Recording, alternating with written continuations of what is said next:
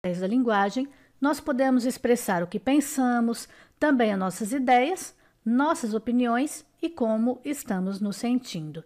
Então, a linguagem é um sistema de sinais que utilizamos para nos comunicarmos. E a linguagem pode ser verbal ou não verbal. Na linguagem verbal, utilizamos palavras para nos comunicarmos. E na linguagem não verbal, não utilizamos palavras, mas outras formas de transmitirmos a nossa mensagem, podendo ser através dos gestos, sinais, símbolos, imagens e outros. Vejamos alguns exemplos de linguagem verbal. As placas de avisos. Silêncio, por favor. Aviso, não entre sem autorização. Esses dois exemplos são de linguagem verbal, porque neles nós temos palavras. Outro exemplo é o bilhete. Se tem palavras, é linguagem verbal. Queridos vizinhos mais velhos, se precisarem de algo da rua, podem contar comigo. Fiquem seguros em casa.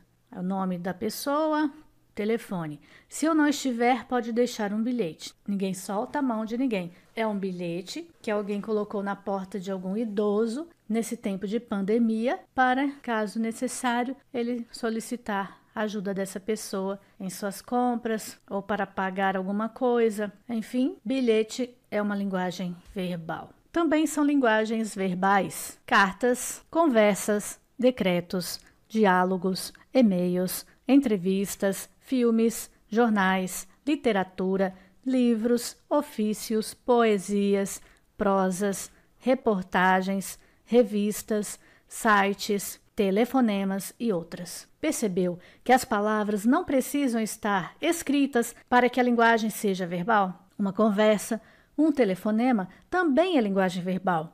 Sempre que utilizarmos palavras para nos comunicarmos, sejam elas escritas ou faladas, nós estaremos fazendo uso da linguagem verbal. Linguagem não verbal. Quando você vê esse símbolo desenhado numa placa, o que você entende dele? Que é proibido estacionar, certo? Tem alguma palavra escrita? Não. Mas mesmo assim, entendemos perfeitamente qual é a mensagem. E esse outro? Geralmente vemos na porta de banheiros masculinos. Não é mesmo? A figura é uma linguagem que nos comunica que naquele local a entrada é para o público masculino. Também são linguagens não verbais. Apitos. O apito pode sinalizar algo, né? O guarda de trânsito, quando apita, está querendo emitir uma mensagem. O salva-vidas apita, indicando que há perigo. Então, você consegue fazer uma interpretação desse som. Bandeiras. Buzinas, você ouve o som de uma buzina, você sabe que algo lhe aconteceu no trânsito, pode ser uma reclamação de algum outro motorista, pode ser um alerta. Cores, o que a cor verde, por exemplo, te lembra? O que a cor vermelha te lembra? Então, as cores, de acordo com a maneira que são usadas, também representam alguma situação. Desenhos, expressões faciais, os emoticons, os emojis que a gente usa na comunicação virtual é um tipo de linguagem não verbal também. Figuras, sirenes, gestos, também a linguagem não verbal, as imagens, logotipos, luzes, pinturas, placas, posturas corporais, semáforos, sinais de trânsito e etc. Resumindo, a linguagem verbal usa palavras. A linguagem não verbal não utiliza palavras. Veja que esses dois cartazes transmitem a mesma mensagem. É proibido fumar neste local. O primeiro, utilizando a linguagem verbal. Linguagem verbal traz algo escrito ou mesmo algo falado, onde existe palavra. E o segundo utiliza a linguagem não verbal.